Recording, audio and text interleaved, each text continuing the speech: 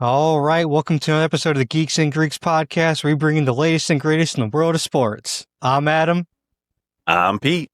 And I'm Tom. And in this episode for Wednesday, November 26, 2025, we have Geeks and Greeks news.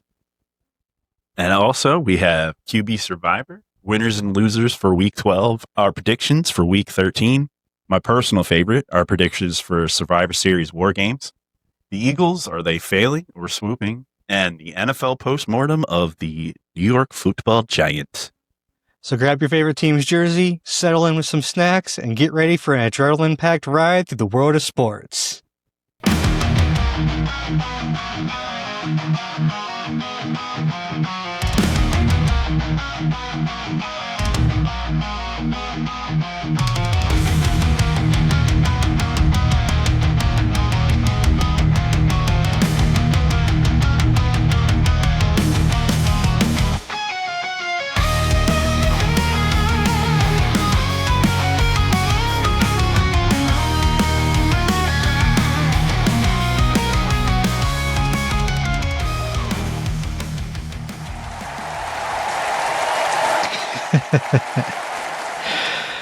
All right, guys, welcome back to Week 13 of the NFL season.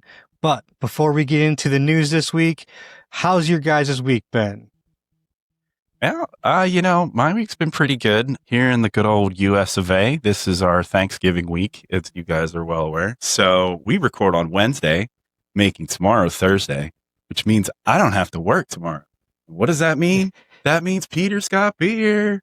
So I just wanted to say a little bit thicker at the beginning. A long, long time ago, I used to have a wrestling podcast, and it was actually even before the one I did with Adam, called Oh You Didn't Know. And on that show, I branded myself the man with the best dressed beer in the business.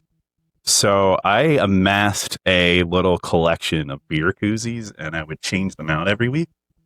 So I just want to show these off. So I got this one here, that's the place that did my tattoos. And then I got a nice little Captain Spaulding here. Nice. And then I got, of course, the Eagles wetsuit. It's a little beat up. It's kind of old. I use it a lot. And the Phillies wetsuit, that looks pretty much brand new because I never used it. But anyway, that's my shtick. I'm going to open a beer. How was your guys' week? You know, this week was really slow for me for work because it is Thanksgiving week. So we had a lot of people at work out this week just because people took it off because of the short week, because I'm also off today and tomorrow, and it's going to be a good week. Any short week is always great. So Adam does not have beer, but Adam has whiskey tonight. Hey, and it's there we great. go. Tom also has whiskey, and my week was a whole lot of hurry up and wait. It was do this as quickly as possible and then wait for someone else to do their job. And someone else to do their job takes like days. I hate that, man. Yeah. So I'm also waiting for my last class's grades to come back, which is always kind of the worst. But I'm also not really worried. I just kind of want them to come in so I can turn them in to get reimbursed. So, but I'm starting to hit that home stretch, and I'm just ready to be done. So, Yeah, I bet. like, I just want to double up on some of these classes so I can finish up like early instead of taking like a semester and a half, instead of taking 3 semesters. I'm trying to get done early so I can do it in 2, because my goal now is to finish before I'm 40. Nice. Good luck. But that moves us into Geeks and Greeks news. The first story on the docket is Chip Kelly, the Raiders offensive coordinator, has been fired. Now, Chip Kelly has been coaching in some capacity in both college and the NFL since the 1990s. He started with the Raiders this season and made it 12 games before they cut him loose. I have to admit, I didn't know Chip Kelly was with the Raiders this year. I thought he was still in Ohio State. Man, I can't help myself but follow Chip Kelly's career. He's like that ex-girlfriend that like you never want to see again, but you can't stop checking out her Facebook page just to see what her life is like, And like, listen, he's a human being, so I don't wish him any physical failings, but in his career, I wish him all the worst.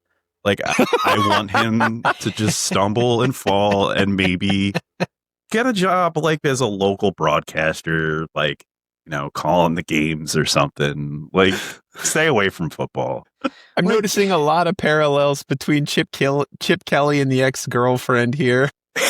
Like, Chip Kelly is one of these guys where he does great in college football, but he's terrible in the NFL. He just really needs to stay with college. And I mean, he was good at Oregon when he was the head coach, but it was one of those things where none of his guys ever made it in the NFL from Oregon because his system didn't work. When he was at Ohio State, his guys made it, but it's because it's Ohio State. It's a totally different program. Yeah. That program just churns out professional NFL players all the time. It's going to happen. And they won the national title last year in part because they just get some of the best college players in the country because it's Ohio State and they have that tradition built up. He's just not an NFL coach. He's just not. His systems don't work in the NFL. They never will. I do think it's kind of funny that he was the highest paid coordinator in football and didn't even make it a season, right? Yeah. Like, he came in with so much expectation and just nosedive. The only team that they had a higher yards per game was the Titans. That was it. Oh. Same with points. It was the only team that they were better than was the Titans. And I think I know I said this earlier in the season. I was shocked that they were as bad as they were. Like, I knew they weren't going to be that good, but I was shocked at how bad they were playing this year. And it's like we expected the Titans to be bad. We expected the Saints to be bad. We expected the Giants to be bad, but even the Giants looked good in losing games. Like, they looked like a competent team. The Titans have looked better as the season has gone on. The Raiders have looked terrible all season. Like, there's been one or two games where they've looked like a competent team. Yeah. And it's just been time. And the Raiders haven't even announced the replacement yet. So we don't even know who's going to take over. If they're even going to, I mean, I'm assuming somebody's going to kind of have to, I would assume. But we don't even know because they haven't even announced it yet. Yeah. I was looking around last night and today, and they, as far as I have found, they haven't announced a replacement for Chip Kelly yet. Well, does Pete Carroll call plays? No, Chip Kelly was calling plays. And he didn't, as far as I know, I don't think he called plays in Seattle. I don't know. I mean, I know when there was that famous pass in the Super Bowl, I know he took credit for calling that play. Yeah, but other than that, I have no idea who called plays in Seattle. I don't know. One specific play he called. Or maybe he just took the sword for it because he was the coach and fell on the sword, fair. Possibly. Yeah. I could see that. I'm not sure, but I know specifically this year in Oakland, Chip Kelly was the guy calling the plays. Yeah. I mean, we should have seen this coming because there was even a story out of training camp when he was getting on the Ashton Gentry's case for standing upright in the backfield, and he wanted him to bend over like a running back was quote unquote supposed to. He's not supposed to stand upright. That sounds like Chip Kelly. Yeah. So we should have seen this coming. I mean, you know who did see this coming? I saw this coming. Eagles fans? Yeah. Anybody who paid attention to the Eagles during his tenure? Yeah. Moving along to the next story. Congratulations to Shedeur Sanders on being the first Browns quarterback to win his debut game in 30. Hey, who called this? Who called that? Hey, who called that coming up? Thank you. Now I can hear you out there. I wonder how many quarterbacks have had a debut start with the Browns and lost their debut game. I'll tell you, 41. Jesus Christ. Starting quarterbacks have lost their debut game with the Browns in the past 30 years. The last guy to win was Eric Zier in 1995. I don't even know who that is. Wow. I have no idea who that is, but way to go, you. I mean, I will also say, as a caveat, it does help they were playing the Raiders. I mean, yeah. And that was the game that got Chip Kelly fired. Yeah, I mean, to be fair, you are playing the Browns. You probably should have won that game against a rookie quarterback. for sure. Played Shedeur Sanders, They only put up 10 points. right? So, I mean, but hey, you know what? I mean, he looked pretty good though. I mean, Yeah. he's still playing an NFL team. I mean, an NFL team's an NFL team, and he looked pretty good when playing. So, I mean, gotta give him credit when credit's due. And he didn't look too phased at points. I mean, he escaped when he had to. He stayed in the pocket. I mean, gotta give him credit. He did more than the other 41 guys before him did. Didn't matter who he's playing. He put up when he had to. He showed up. So, moving along to the next story. During the 49ers-Panthers game, Trayvon Moehrig, safety for the Panthers, punched Panthers wide receiver Juwan Jennings in the groin. I'm not talking like he tried to wrap up Jennings and Jennings moved wrong. No, he wound up, pulled back, and punched him in the ding-dong. Understandably, Jennings was miffed, but he was a professional. He didn't want to get flagged, so he waited to the end of the game and politely walked over and told him that, that was not going to be allowed. And proceed. So yeah, Jennings punched Moehrig in the face, and they had to be separated by multiple teammates. When asked about the incident, Moehrig tried to justify punching a man in the pants by saying, he pushed me in the back and stuff. So, that's really all it was. It is what it is, man. Okay. When the hammer came down from the NFL, Jennings got a fine, and Moehrig was given a 1-game suspension for unsportsmanlike conduct. Really? Unsportsmanlike is what you're going to give that? Okay. Moehrig is appealing the suspension per the norm. Some of you are, some people are speculating that Moehrig is dragging out the appeals process, so he'll still get to play for the Rams next week, but he'll be suspended against the Saints when no one cares.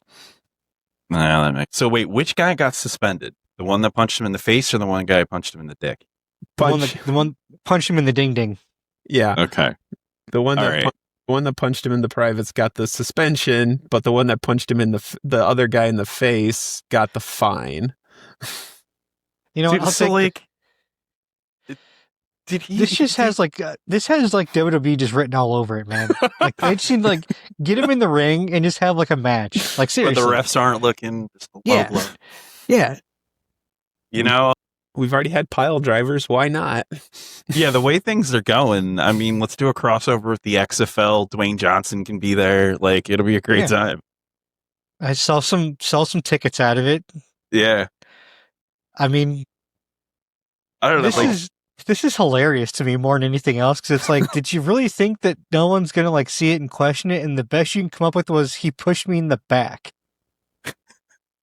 I mean, it's one of those things where it's did you wake up in the morning and be like, man, people keep getting in trouble for spitting on one another. I got to step my game up. I'm going to punch somebody square in the nuts. And if you're going to do it, aim high, man. You'd punch Juwan Jennings. If you're going to punch somebody in the ding ding, why don't you go after Christian McCaffrey or George Kittle or somebody? Aim high. Go after Brock Purdy or something, man. Go after a named athlete, man. Yeah. You need to value yourself, man. Right. Get a better target. You're going to get suspended. Make it worth some time. Well, see, Make what a name it is for yourself. What it is if you hit Jennings, you get 1 game. But if you hit Clock Mahomes, you're out for 5.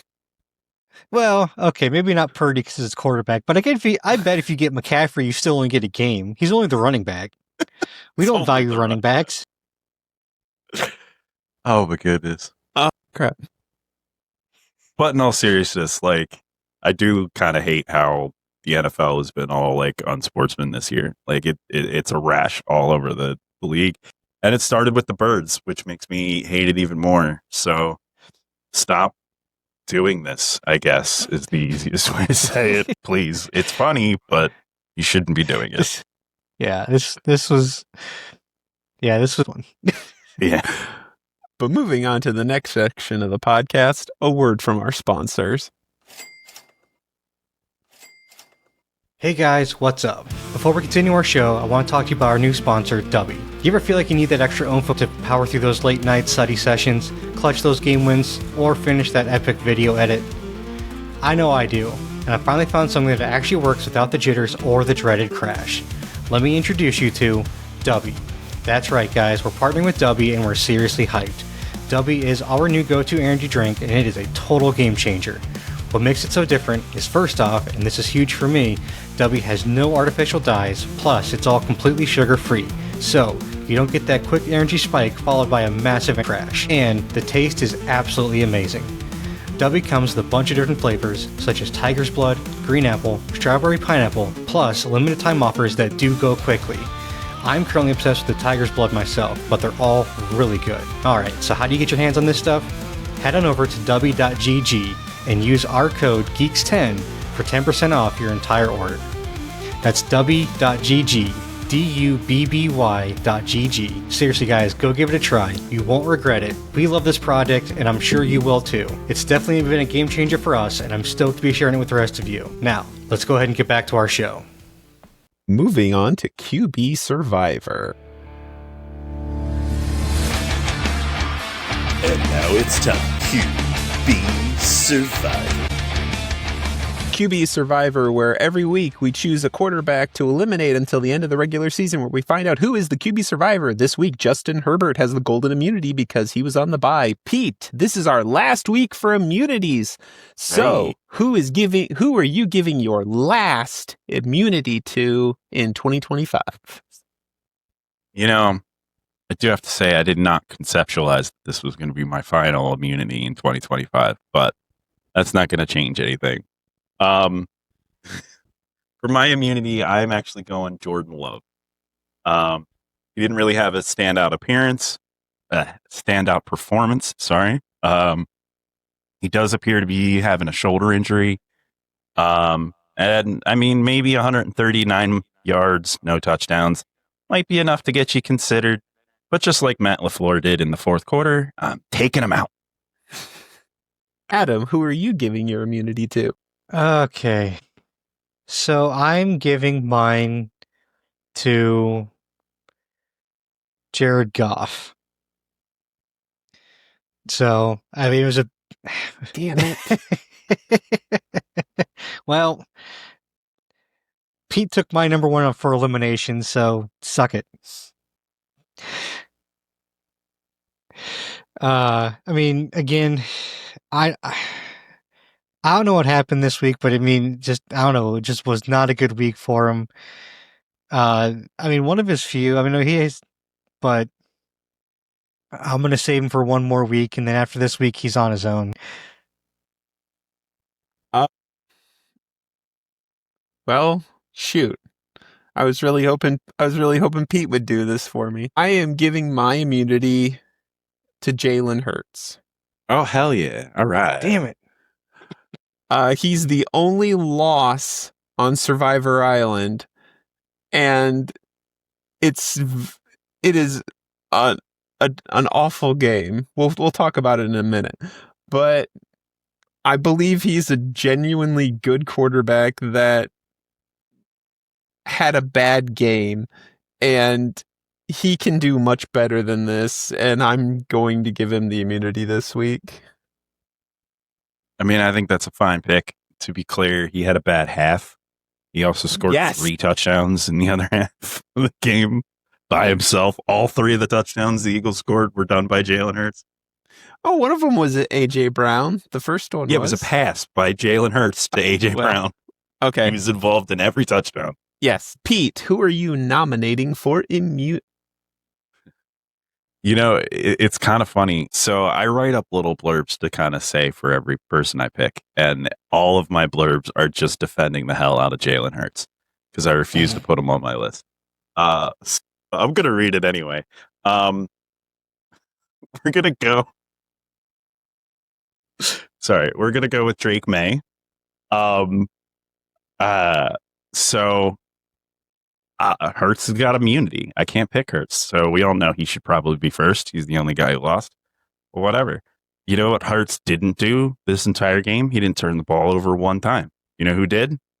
Drake May turned the ball over of the New England Patriots, my friend. Sure, maybe he put up 294 yards. Maybe he got a TD. But hey, Mahomes put up 352. And the rest of the teams, the rest of the players on my list, they all had 2 touchdowns. So I'm going to go with the guy who only got 1 touchdown, and that'll be Drake May. Adam, who are you nominating for elimination? So, I'm kind of torn, but I'm going to go with the guy that just barely won his game. And I'm going to go with Patrick Mahomes. So even though he got 352 passing yards, he had no touchdowns, threw an interception, and had 4 sacks against the Colts. And yeah, they won, but just barely. Like, Just barely. they squeaked by, like just barely. And honestly, people are trying to say that like the Chiefs are back after this game. The Chiefs aren't back after this game. Not This is a game like last year where the Chiefs barely won a game. And it looked like the Chiefs of last year where they're squeaking by the skin of their teeth against the Panthers. Now, I'm not saying the Colts are as bad as the Panthers were last year. I'm not saying that at all, but I'm saying this is a game where the Chiefs are barely eking out a win by the skin of their teeth. And so, I don't know. I mean, he contributed no touchdowns and no scores to this. I don't see it. So I'm putting Patrick Mahomes up for elimination. So, all right. Boy, I feel like I'm punching down here. Damn, dude. I'm putting up Lamar Jackson. he was who I was debating between. It was him and Mahomes. Yep. And I was in the same boat because I had Drake May, Pat Mahomes, and Lamar Jackson as my 3 worst. And Lamar Jackson has the worst QBR on the island by a decent margin. The only other person I can... All right, I take that back. Jared Goff beat him, but can't pick him. So anyways,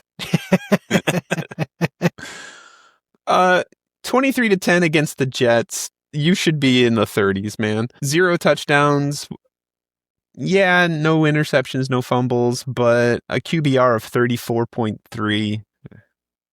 Yeah, dude. Yeah, but yeah. Pete, who are you voting off the island and you can't pick Drake May? So Lamar Jackson was my number 2 to save. And Patrick Mahomes was my number 2 to eliminate. So I'm going to say I'm probably going to have to pick Mahomes for that one. I mean, it's hard. This week was a really hard one to pick. And it sucks. But you guys are right. I don't think Mahomes has got it. I don't think the Chiefs have it this year. So, Adam, who are you voting for? And you can't pick Pat Mahomes. I am going to go with Lamar because Drake May was actually 3rd on my list for immunity. So I had Jordan Love and Jalen Hurts on my elimination list, but you guys took them. So yeah, I'm going to go with Lamar Jackson just because, I mean, I kind of agree. I mean, I expect more out of you playing the Jets, but so. All right. Before I say it, I swear it's not haterade. It's not because he beat the Colts. Yeah. But it is because he is half the quarterback that he has been in every other season of his career. Even when last season he was squeaking by win after win after win, they were wins. I don't even recognize this version of Pat Mahomes. It's not even... It's like he stopped caring in the preseason. I just don't get it. And what's weird is he's still having a good season. It's just not a Pat Mahomes season. That's the weird part. Like a good season is still like an underwhelming season to everybody. That's what feels, sometimes I feel bad because I feel like our expectations sometimes are maybe a little too high on the guy. I mean, You're probably right. I've pretty much been calling him the Messiah of football for like 7 years now. Ever since he was a starter. Yeah, after pretty that much. After that first full year where he was a starter. He has been freakishly good his entire career, Mm-hmm. and to see him Yeah. mortal is a little strange. I still remember getting grief at Mahomes' first Super Bowl. I called him future Hall of Famer Patrick Mahomes, and everyone was Right. like, could you let him win a Super Bowl first and then call him that? It's like the best analogy is like when Jordan came back out of retirement and he was slightly rusty and they lost that first playoff run when he like came back like 3/4 of the way through the season. Yeah. It's like that first year. It's like, this is what Black Jesus feels like when he's not in his game. Pretty But much. with 3 votes, Patrick Mahomes, you are off the island. Okay, moving along to winners and losers. It's time for winners and losers. I want winners. I want people that want to win. You are one pathetic loser. Winners and losers, where we here at the Geeks and Greeks podcast predict teams to win next week and teams to lose next week. We can only choose a team once per year, and at the end of the year, whoever has the most points wins. This year, we're turning up the difficulty with the rule that both the winning team and losing team must be from the same division. And as always, the winner and loser must be from 2 different games. Last week, we all picked the AFC North. Pete and I took the Ravens to win over the Jets. Sure did, 23-10. And Pete and Adam took the Bengals to lose to the Patriots. Absolutely, 26-20. I have to admit, I got a little nervous at the end of this one when the Bengals brought it to within 3 with about 5 minutes left in the game. But that is as close as it got. Finally, we had Adam taking the Browns to win over the Raiders, while I took the exact opposite. And in the end, Adam got this one right with the Browns winning over the Raiders 24-10. Bye-bye, Chip Kelly. Woo! Is a Shedeur Sanders franchise now in Cleveland.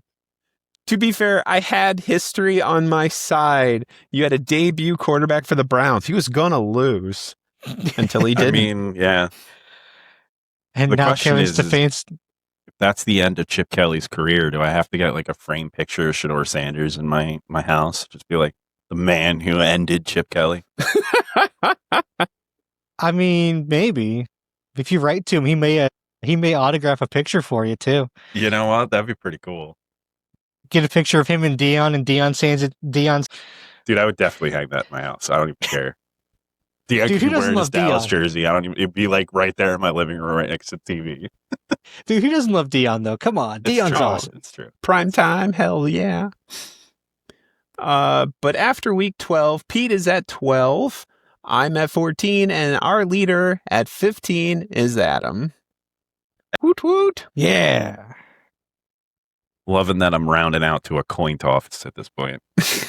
Dude, some of these are getting hard. Oh yeah, they are. That's true. Adam, let's see if you can expand your lead. What division are you taking in week 13?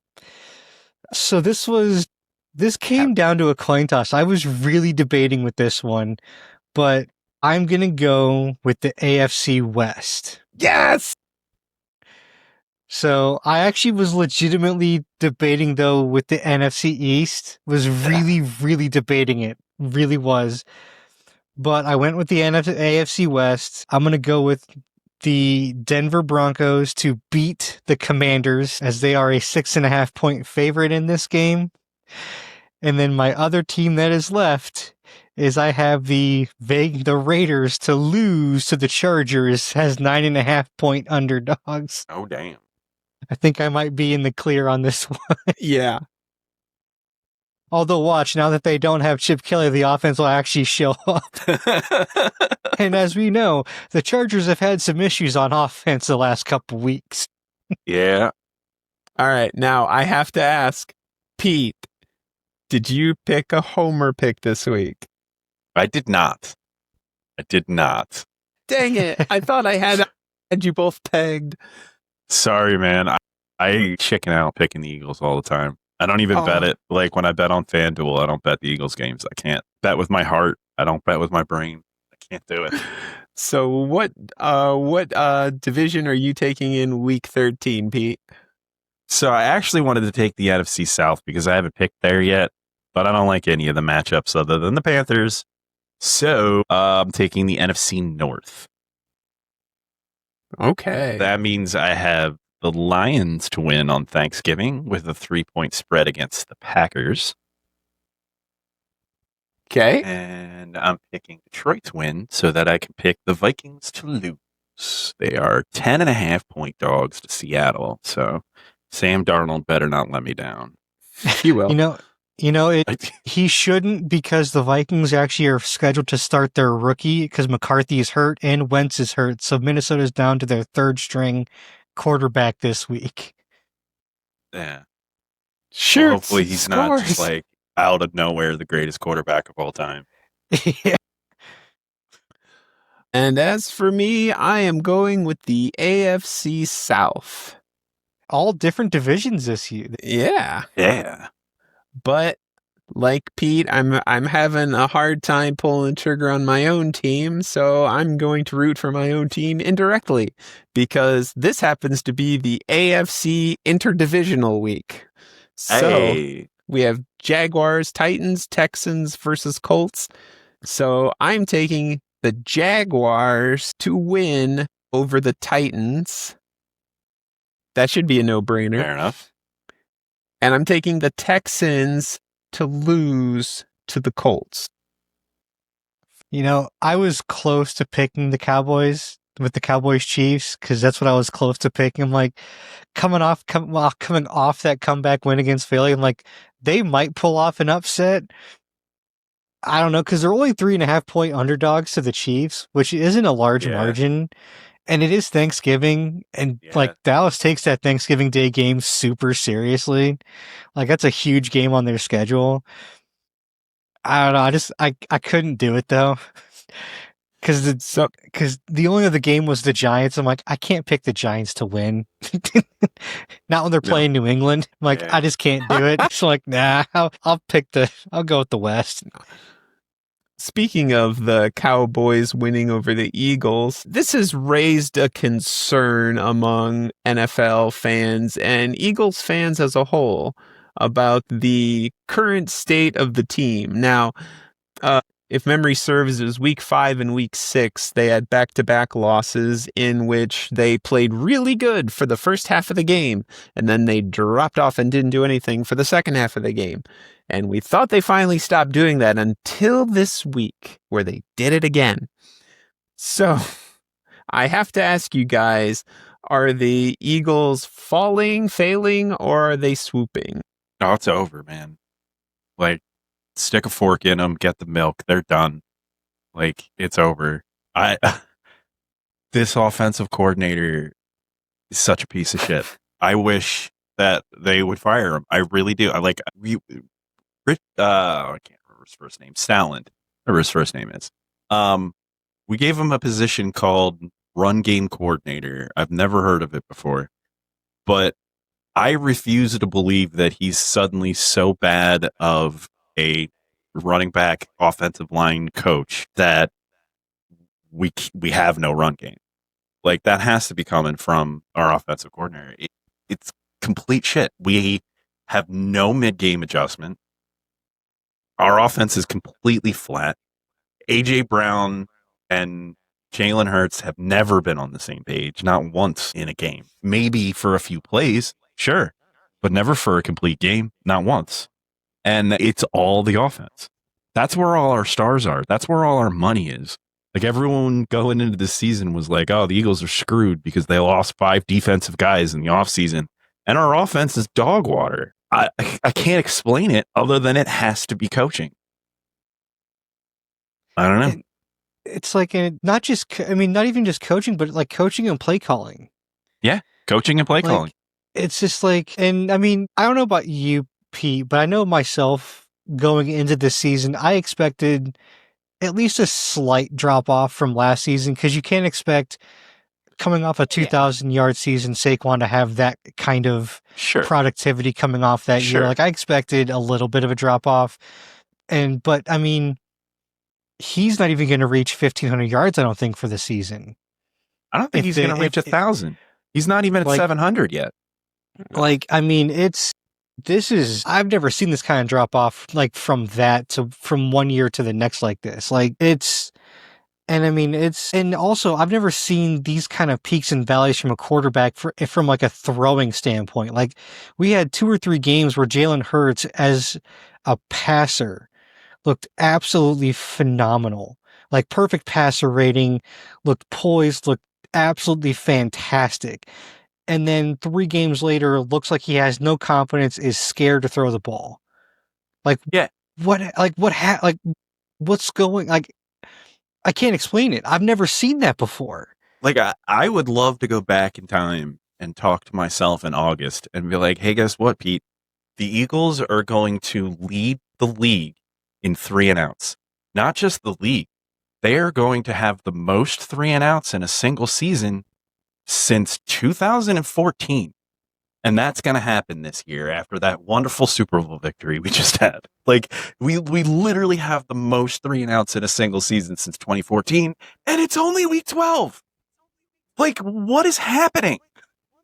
Like, and it's so weird. Like, and it's funny because, like, the defense was okay at the start of the season, and then trade deadline hits, and they got like 3 or 4 guys, and now all of a sudden the defense looks like it did last year. Like, they never missed a step, but the offense just can't do anything. And Dallas's defense, being what it was this week, spotted him 3 touchdowns. Like, hey, there you go. I mean, we'll give you a couple touchdowns, and then the offense just all of a sudden came alive out of nowhere, like they always seem to do. And it's just like, dude, if we can just get the defense situated, Dallas could fucking run the table in the playoffs if the defense could figure it out. Like, this offense is poised, but yeah, it's got to be the coordinator or something on that offensive side. If they could just figure out the offense and get going, this team would be fucking unstoppable again. Like, would be nice. No one would. I just don't think it'd be like last year. No one would stop this team like they did like last year. They'd mow through just about everybody. Maybe LA would be the only team that would give them a fight like last year. And like, LA was the only team that gave them, like, that put up a real fight last year. Yeah. You know what's going to suck about it, though, is they're going to play on Friday, and they're playing the Bears, and they're just going to steamroll. You know, like, Jalen's going to go out, and he's going to throw for 300 yards, and he's going to have, like, 2 touchdowns and, like, a tush-push touchdown, and, like, they're going to win by, like, 12 points. And everyone's going to be like, yeah, this is the Eagles we thought we knew. And it's like, no, it's just in prime time playing a mostly crappy team at home with all the lights are on you, all the cameras are on you, everyone around the world is watching. So Eagles are going to turn on and win, and then they're going to go right back into whatever this disaster piece is. Because it's the only game on Friday. There's no other games on Friday at all. No other games on Friday. They're the only game. Yeah. Yeah. So it's like, and that's also what makes that's what makes it weird. It's like they'll have 1 or 2 really bad games, and then they'll have one just outstanding game. Mm-hmm. And it's like, what's the real team? Which one of these is the real team? Like, you can't figure it out. But because they string together enough wins like this, enough wins where it's like you just can't figure it out, they'll still make the playoffs. Yeah. And there's a good chance they might get that first round bye. I mean, if they do, I think they're showing a lot of holes, and I think those weaknesses can be exploited. And for all I know, they might not win another game. Like, I've watched this happen before. I've watched them completely fall apart at the end of a season, and that is what this game felt like on Sunday. Like, they just didn't play the second half of the game, and the defense, for the most part, did their best. I mean, what are you going to do? I think it was Seth Joyner said on the postgame show, they didn't have time to taste the Gatorade before they had to get back on the field. And it's true. The Eagles were going 3-and-out so quickly, and then turnovers happened. And it's like, ugh. And we started so good. The turnover on downs, the touchdown scored, 3 unanswered touchdowns, and then it's like, all right, And- we did enough, boys. Let's go home. I mean, defense played great even in the second half because I mean they stopped Dallas when Dallas had that they forced the fumble on that punt, and Yeah. Dallas got like back on the 10, and they didn't even score Right? that 4th and goal. Even they stopped it. Like I mean, they played great in that even in the second half, but just offense just couldn't help them out. It's crazy. Yeah, it's only so many times a locked door can take a battering ram before it just breaks, you know? Yeah. I don't know, man. It feels so weird. And I don't know if I've ever seen the Eagles like this. That wasn't that 23 collapse. 23, yeah. Like it's weird. I mean, it makes you miss Kellen Moore. Like, because if he was still there, I don't think we'd have this issue. You know, the funny thing is I think you're right. And like, he ain't exactly doing very well in New Orleans. Maybe he should I mean, have to be stayed. fair, I mean, He yeah, could be but working on his second Super Bowl ring right now. true, but I mean, he also doesn't have like a quarter of the roster that he had in Philly either. That's fair. But He's got a That's right. shell of Alvin Kamara and an injured Michael Thomas. well, maybe we'll trade AJ Brown to the Saints because AJ Oh, Brown wants man. off the team. That ain't cool for AJ Brown. I feel bad for AJ Brown. What are you gonna do, man? Who's gonna take him at this point? Shit, I bet New England would take him. But moving along to the next section, the NFL post-mortem for the Giants. This is the segment where we reflect on teams that have been mathematically eliminated from the playoffs. It's a little surprising that we get to have our first eliminated team after week 12, but here we are. Gentlemen, I present to you the New York Football Giants, currently sitting at 2-10, having won against the Chargers and the Eagles. With the addition of Jackson Dart and Cam Scatterbo, the Giants have had flash-in-the-pan moments, but nothing that would solidify into any significance. A 2-10 record at this point implies that they're probably not going to improve much over their 3-14 record of last year. I don't know, man. We're only on week 13. They're 2-10. They can still win some games and get better, but I mean, they're also rebuilding, and we kind of expected them to be one of the worst teams in the league this year. But I mean, if nothing else, I mean, I'll give them credit. Jackson Dart and Scatterbo, dude, those are dudes you build around. I mean, they've got their building blocks on offense for the next 6, 7, 8 years, 9 years, easily. I mean, that So, I is mean- assuming Scatterbo doesn't get drunk and jump into a wrestling ring again. Fair enough. Or move his foot to the other side of his leg. Yeah, Again. you saw that after his surgery. He went to a wrestling show, was in front Yep. row, and was shoving people. Yeah. And then was just like, when everyone called him out on why you would do something like that right after your surgery, he's like, why not? What's the big why deal? wouldn't I? What's the big Let me deal? live my life. I'm like, I can think of a couple $1 million of reasons why you don't do that, but okay. Yeah, you can go ahead and live your life. Maybe just don't live it in front of a TV camera then. Yeah. If you don't Do want us to ahead. comment on it. Go to a house show there, bud. Yeah. But And watch it on TV until you're actually healed. Maybe that's a good idea. yeah. But I mean, they're in a good position going forward for the next couple of years. I think they're going to be better. It's being in the NFC East. This is going to be terrifying for the next 3 to 4 years because we're going to be going up against them twice a year, and it's not going to be fun. Yeah, I mean, it remains to be seen because I think they fired their offensive coordinator this week too, And their head didn't they? coach. Yeah, well, the head coach was last week or the week before, and then the OC was this coach. So Yeah. they're getting the front office. We'll see if they get a good coach in there. They haven't had a good coach since Tom Coughlin. Tom Coughlin. Yeah, there you go.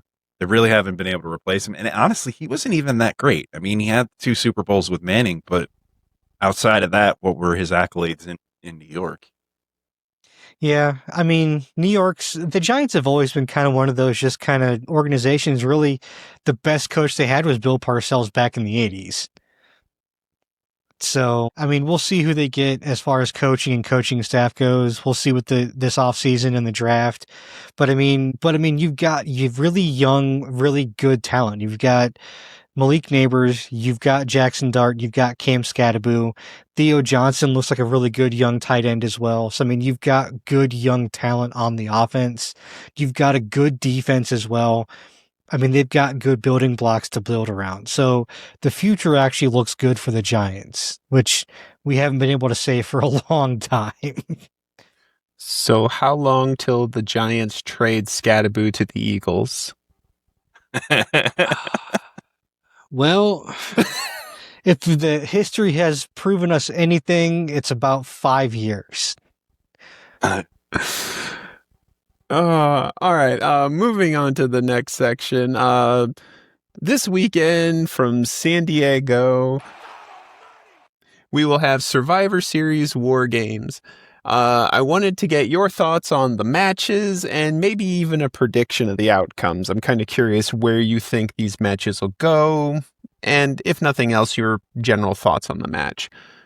We'll start off with John Cena versus Dominic Mysterio single match for the UE Intercontinental Championship. So, John Cena's retirement tour was kind of cool. And then John Cena heel turned and it became super cool. And then John Cena face turned and it became passe, and I really can't stand it. If you want a prediction out of this, I think it's going to be an okay match. I think Dominic's going to have to carry, which actually is okay because Dominic's gotten really good in the ring over the last couple of years. And I think he can carry the match, but Cena is just tired and old. And I'm bitter he's not going to wrestle The Miz on his retirement tour. When I think Intercontinental Champion, I think The Miz.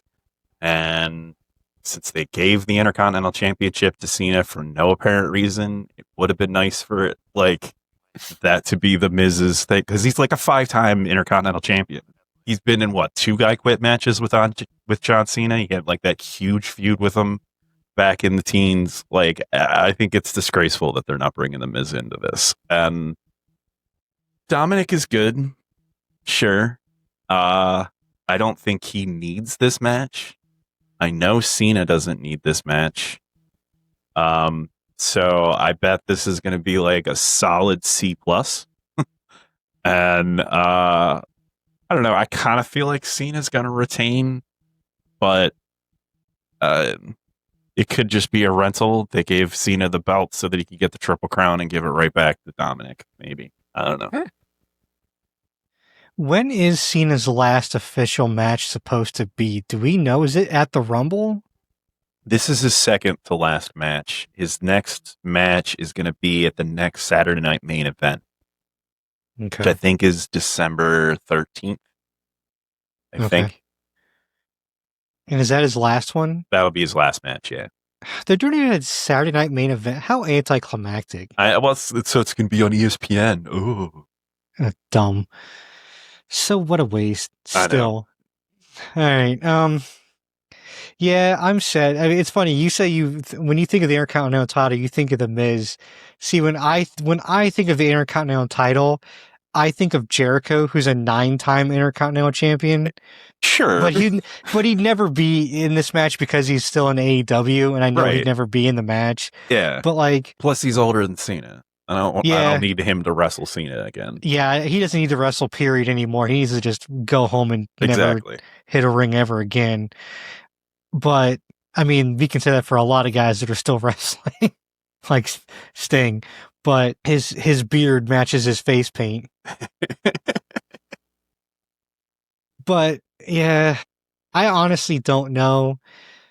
He may keep it till Saturday Night Main Event, but I doubt it. I bet it goes back to Mysterio, to Dominic, and he just goes into his last match as without a belt. See, they completely did this last time is now tournament wrong. And like, I'm so mad about it. Like, it just proved that the WWE doesn't know how to do a wrestling tournament, which is frustrating in itself. But like, when The Miz was knocked out of the last time is now tournament, it was like, okay, well, maybe they're going to make it an upcoming star. And then literally the only upcoming star that made it out of the first round was Carmelo Hayes. And you want to know who lost in the second round? Carmelo fucking Hayes. Carmelo. The only person that even makes any sense that's left in the tournament is Miro, Rusev. And it's like, okay, yeah, they had a bit of a rivalry, sure, like the whole Russia versus USA thing back in the 2000s. Like, sure, I guess that was a thing, and fine. But like, they got like LA Knight, Jey Uso. Like, oh yeah, it's what I've always wanted to see: Jey Uso versus John Cena. Like, That'd be a terrible I'm clamoring match. for that shit. That'd be an absolutely terrible match. It's gonna be so bad. It's gonna be It's so so bad. boring because Jay's not even that good to begin with, honestly. And they had Jay's boring. they had Sheamus in it, so I'm saying maybe they were planning on Sheamus being Cena's last match, and Sheamus got injured. Yeah. But like the fact that like they brought back Dolph Ziggler and they brought back Zack Ryder and they like called up Javon Evans and they even brought in somebody from a different promotion, and literally all of them lost in the first round. It was like, what was the point in bringing back, like, Zack Ryder is an established indie wrestler as Matt Cardona. Why bring back the Zack Ryder gimmick if it's literally just going to be for one match for him to lose to Carmelo Hayes or whoever he lost to? And then, like, then you got LA Knight in this, who's like, LA Knight's like, I don't care who I'm facing. I don't care about beat John Cena. I'm just here to win matches. Why is that guy winning? Why is he going into the semifinals? Like, that doesn't Especially make any when sense. him and Cena have nothing to do with each other. Nothing to do with. They've never interacted one time ever. Like, I'd be fine with him being in the tournament, but he should be the one losing in the first round. Yeah, exactly. Like, To an honestly, up-and-comer like Javon Evans, who or can like make it all the way honest- to the end and then lose. like, honestly, what I would love what the final should have been, if it's not going to be an up-and-comer, it should have been Zack Ryder versus Dolph Ziggler in the finals. Two dudes that were always kept down by Cena for the entirety of their careers. Yep. That Who finally made get a public chance of statements about it. that finally get a chance of revenge on John Cena in the final match of his career. Or, you know, John Cena's main rival, Randy frickin' Orton, who's not even in the tournament. Or, I don't know, AJ Styles, who made his entire WWE career about beating up John Cena. That was his catchphrase for like 5 years. Let's go beat up John Cena. Also not in the tournament.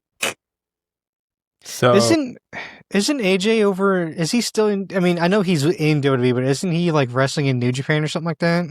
I don't know where he currently is. I I don't think, he was definitely on their European tour. know. I don't know where he's been since then, though. Because he hasn't really been on TV very much, has he?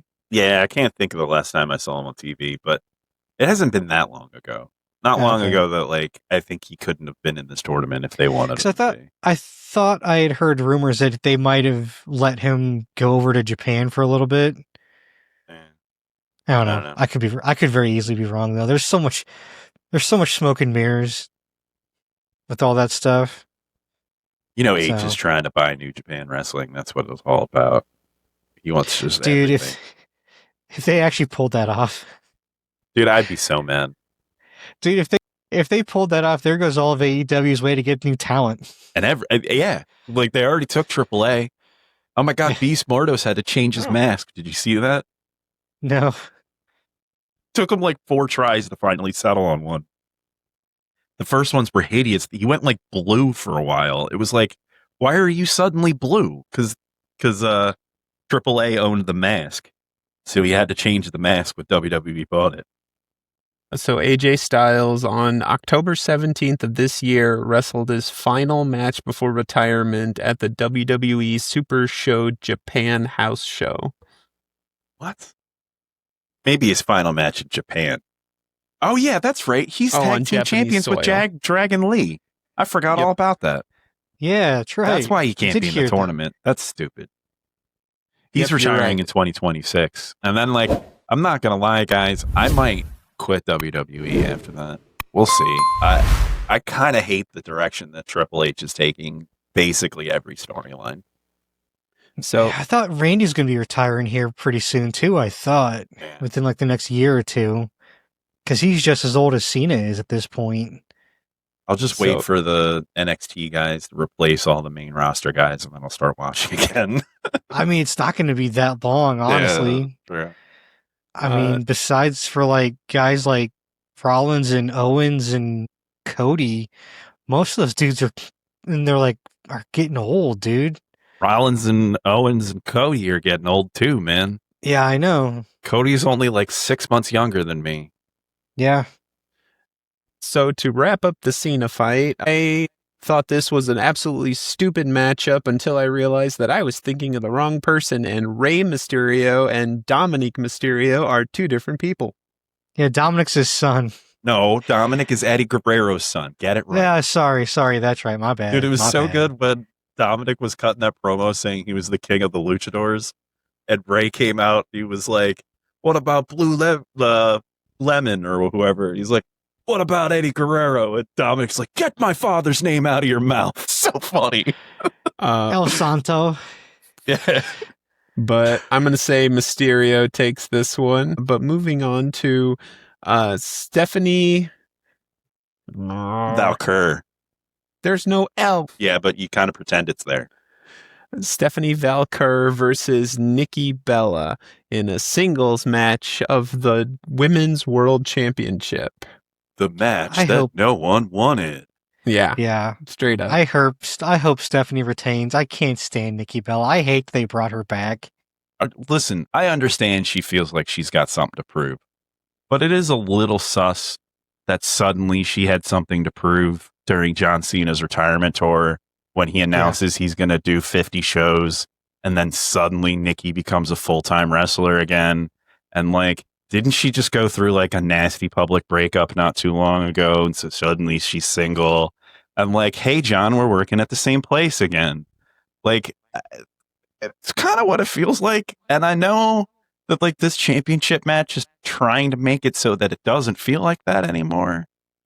But like, Nikki can't dance. Nikki hasn't been able to dance since like 2004. Like, the only reason the Bella Twins were good was because the Divas division was trash. And they like understood what professional wrestling was and didn't just think that it was, you know, a gymnastics meet. And like, so they used like twin magic and like wrestling trickery and things like that to not have, you know, swimsuit contests, and they had actual wrestling matches. And I understand that it wasn't the women that made those matches and the swimsuit contests and everything else. I understand that was management and creative and everything else. And I'm not trying to say it was their fault. I'm just trying to say that was what the women's division was when Nikki Bella was there. And the only reason she was the top of that division was because she was the only one who resembled a wrestler other than Beth Phoenix. And poorly. Yeah. And now she's not only from the wrong era, but she's also too old and too broken. And it's kind of sad watching her wrestle these wrestling matches where like everyone is noticeably slowing down.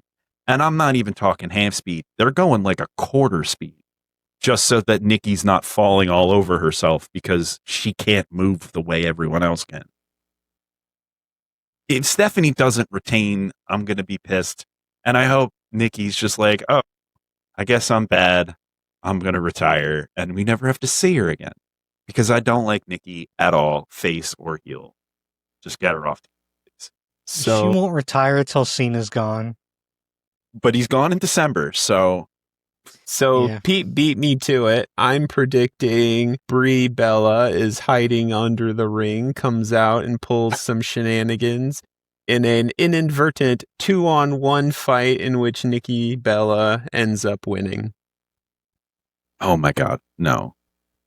First off, do you know who is a well-documented fan of the Philadelphia Eagles? That would be Brie Bella. Yes, sir. She's a very big Birds fan. Yes, she is. But no, I think that Brie Bella is never getting in the ring again. I would literally put money on the fact that Brie Bella is not going to interfere with this match. Yeah, didn't she like? She fully pretty much just renounced everything and walked completely away, didn't she? Yep, for sure. Yeah, and started having Danielson's kids. Yeah. Moving on to the women's warm games match, where we have Rhea Ripley, Io Sky, Alexa Bliss, Charlotte Flair, and AJ Lee versus Nia Jax, Lash Legend, the Kabuki Warriors, and Becky Lynch. Woo! I got a couple of production notes about this match. Okay. So to begin with, when Charlotte Flair first started, not Charlotte Flair, when Rhea Ripley first started, she was not the goth mommy that she is today, but she had no piercings, no visible tattoos that I can remember, and she had long blonde hair. And everyone basically called her mini Charlotte Flair. And that is why she's made her entire career with like feuding with Flair, which I think they did a very good job of bringing that into the fold. Flair originally refused to be in the match. The girls eventually had to win her over, and then Flair is now joined in against it. But when Flair and Rhea were having their feud, Rhea had short hair, and like your haircut can really change the way you look. And now that Rhea has long hair and she's standing next to Charlotte Flair and they're both like happy and like standing side by side, and I'm like, holy shit, she's just goth Charlotte Flair. Like if you look at her, it's like she really is just goth Charlotte Flair. My God. They do look a lot alike. They really do. She's the goth Australian Flair. Yeah, pretty much. I have some questions about Rick's activities back in the day. Listen, We don't ask tell. questions about Rick. We don't ask questions about Rick's activities back in the day. You can ask him after a couple of cocktails and if there are no cameras rolling. Maybe if her cameras are rolling, it depends on Rick's mood. But my other thing in a similar vein is Nia Jax comes out to a song that says "There's only one of me," but now she comes out with Lash Legend, who is easily as tall as her and as big as her, and it's just like, well, not anymore. There's two of you. Also, to be fair, this is Nia Jax as part of the Aluwalu family. There's not yes. one of her. Yeah, no. You know this for a fact. There's not one of you. There are multiple of you. Yeah, that family reproduces by the litter. So I have to ask, do you have any prediction of who's going to pin who in this match? Oh, the actual final. No, solution. I got no clue. I got one guess. We know you're gonna claim Becky Lynch. Pins AJ Lee. Pins AJ Lee? Nah, get out. Yeah. No way 100%. AJ Lee takes the pin. There's not a chance AJ Lee takes the pin. Probably, if anybody, it's gonna be Lash Legend takes the pin. I mean, I think the only real story that we're telling, and of course there's the story between Bliss and Flair and the Kabuki Warriors, and like Nia Jax and Lash Legend are just kind of here, and Io Sky and Rhea Ripley are just kind of here. Just to fill because we need to fill it out. Yeah. So I could see why you would think that Becky Lynch might pin AJ Lee, but that's just not happening. AJ Lee is going to get the pin in this match. She's not returning to lose. Like, that's just not a thing. They're really playing her up as this like undefeatable superstar. And I know I just went on this big rant about Nikki Bella being a terrible wrestler, and I understand that AJ Lee started during the time where Nikki Bella existed, but I actually credit AJ Lee specifically for starting the women's revolution and being like the first woman who was hired for, maybe wasn't hired for her wrestling ability, but her wrestling ability outweighed her looks. Not that she's unattractive, but she's not just there for eye candy. She can actually wrestle, and she's actually good on the mic. Surprising, like, she had the highest rating segment in Raw for a while. Like, you hire someone who's good at their job instead of just pretty, maybe you actually will like it. Yeah, she definitely raised the bar as far as required wrestling skills on the women's side of the fence. Right. And so I think she's going to pin somebody. On the other side of the fence, I think most likely to get pinned would either be Lash Legend or Kairi Sane. Probably Kairi Sane, because she's so tiny. And she's pretty much everybody's punching bag. So AJ Lee pins Kairi Sane. Kairi Sane would be my prediction. What do you think, Adam? Just throw darts, man. I mean, if I had to make a prediction, I'd probably say, yeah, with her coming back, this is one of AJ Lee's first matches, isn't it? Since she's It's come her back? second match back, yeah. Yeah, she'll probably get it. I'd say she probably pins Lash Legend. The tree think- trunk? Yeah. Yeah, but she's also the rookie. She Fair. just got called up specifically for this match. She hasn't even had a Yeah. match on the main roster yet. I think she's there to take the pin, though. Yeah, I that just- makes a lot And of if she's sense. going to take the pin, I think if anyone's going to take the pin, it's going to be her. That's why she's here in this match. I'm just getting this flashback of when X-Pac tried to go up against Kane and he was like a solid 1.5 feet taller than that little fuck and just... Yeah, that's definitely the case, but remember that there's going to be 10 women with weapons locked inside a steel cage Yeah. with 2 wrestling rings inside it. So it's not quite the same. But moving on to the last match on the list, maybe not the last match of the night, depending on how they card these things, who knows. But we have the men's War Game match with CM Punk, Cody Rhodes, Jey Uso, Jimmy Uso, and Roman Reigns versus Braun Breaker, Bronson Reed, Hogan Paul, Drew McIntyre, and Brock Lesnar, with Paul Heyman as the little cheerleader. Anyways, I'm just going to Thoughts? say, to start with, the vision, the original vision, right? Seth Rollins was the Pokemon trainer. And then he had his talking Pokemon, Paul Heyman. And then he had his Braun, right? Braun and Bronson, right? They're evolved versions of one another, right? And it was the perfect little Pokemon setup, and I loved it. And then you removed the Pokemon trainer, and you replaced them with fucking Logan Paul. Like, you took one of the most best respected wrestlers in his generation and replaced him with a clout chasing YouTuber. Like, I'm blown away by that. And I know that they think that Paul Heyman makes everyone better. Guess what? He doesn't make everyone better. And there's not a chance in hell he's going to make Logan Paul better, because no one can, because Logan Paul isn't a good person. And in order to be a good heel, I have to believe that you could also be a face. And I know you can't be a face because you're not a good person and everyone hates you in real life. So, like, I don't know. Anyway, enough about my Pokemon fantasies. I hate everyone on the heel side of this. Bronson Reed and Braun Breaker are fine. You know, whatever. They're goons. Goons are fine. Logan Paul is a clout chasing YouTuber who doesn't belong in a wrestling ring. And I don't think once he's spent like 5 years working the house circuit, maybe I'll believe he's put in the time. People are like, oh, he's put in the time. He's at 27 matches. 27 matches, man.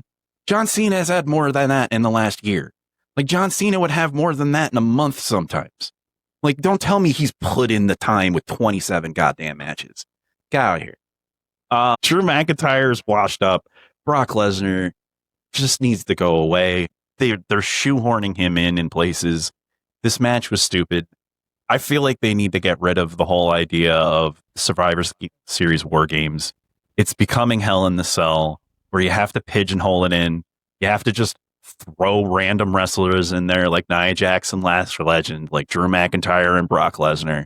Like, people that don't belong in the feud have to be there just so it can work, so it can be a War Games, because that's what we call the pay-per-view. Like, just go back to Survivor Series. We all liked it. Have a men's and women's wrestling cup. Have a traditional Survivor Series match. Raw versus SmackDown. The way we liked it in the 2000s. Just go back to that. It worked. This isn't. Or why My can't we, prediction, if we're going to, I mean, at the same time, if we just do a Raw versus SmackDown, we can still keep War Games, just make a Raw versus SmackDown. sure. Ooh. I mean, you can keep War Games, just go back to Raw versus SmackDown. Just have a men's and women's Raw versus SmackDown men's and women's match. Right. Just stop forcing it to be a blood feud Yeah. when you only give That's them what- 3 weeks to build it. Yeah, Between that's 10 what makes people. that's what makes it worse, is that they don't match correctly, you can just and even then you don't have to make it necessarily even Raw versus SmackDown, but just build it for more than 3 weeks. Yeah. Like this match should be built from like June and July through till now. Well, I mean, it's evident. I know I'm that guy, but in AEW, right? They have the faction system where just about everybody is on a team, and those teams usually consist of at least 3 people, but usually more like 5.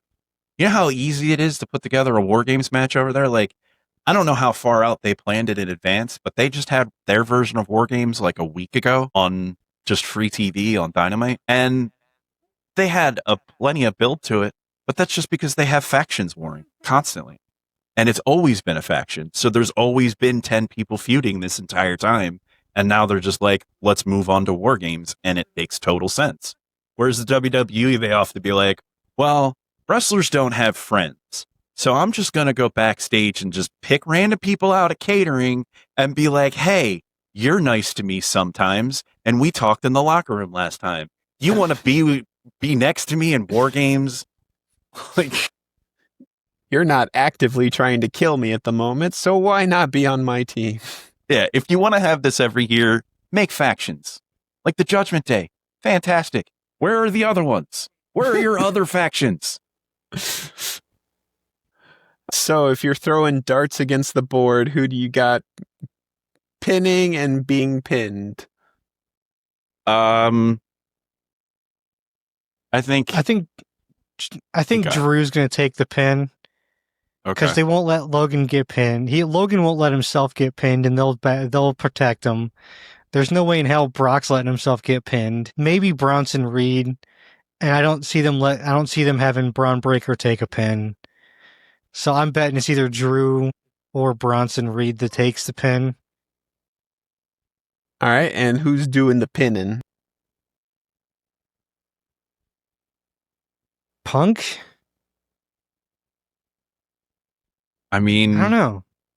I see why your gut says that. Or Cody? But like, we just called for AJ to win. So I can't imagine like AJ and Punk both winning their War Games matches. That's true. Yeah. I'm feeling like it might be the heel team that wins this one. That's which is true. Unfortunate. If the heel team wins it, it's going to be Logan getting the pin. It's going to be Logan getting the pin. And that's shitty. And it's probably going to be Logan getting the pin over one of the champions, Punk or Rhodes. My guess is Rhodes because he'll do whatever the company tells him to. And then that's going to lead into Punk versus Rhodes, probably WrestleMania at this point, or maybe Royal Rumble. And hopefully, Wasn't Punk one? I'm sorry, Isn't not Punk the champion? Logan versus Rhodes. Actually, I'm going to change it. I think Braun gets it because I think they're going to lead into Braun getting a title run for Rumble. I think they're going to start building up Braun Breaker for a title run here soon. All right, and who do you think Braun's going to pin? I think it's going to be Cody because Punk just got the title, and Cody's had one for a while. Well, so I think it's Cena rented it for a while. Yeah, but I think it's going to be Braun pinning Cody. All right. To close out this segment, I'm going to throw my theory at you. Tell me what you think. I am predicting outside interference by Gunther. Comes in and cheap shots CM Punk and knocks him out cold, and then to humiliate him further, pulls the lifeless body of Logan Paul on top of him, and Logan Paul gets the pin over CM Punk. Okay. I love your ending. It's a War Games match, so they're inside a cage. Yes. And, excuse me. Gunther,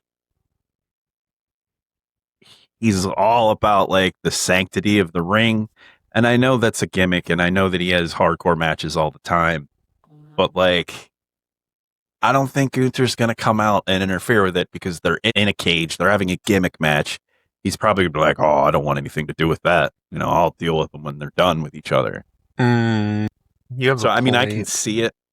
I think I I see what Adam's saying too with Braun Breaker, but I actually am going to go different. I think Logan Paul wins. I think he pins Cody Rhodes, actually.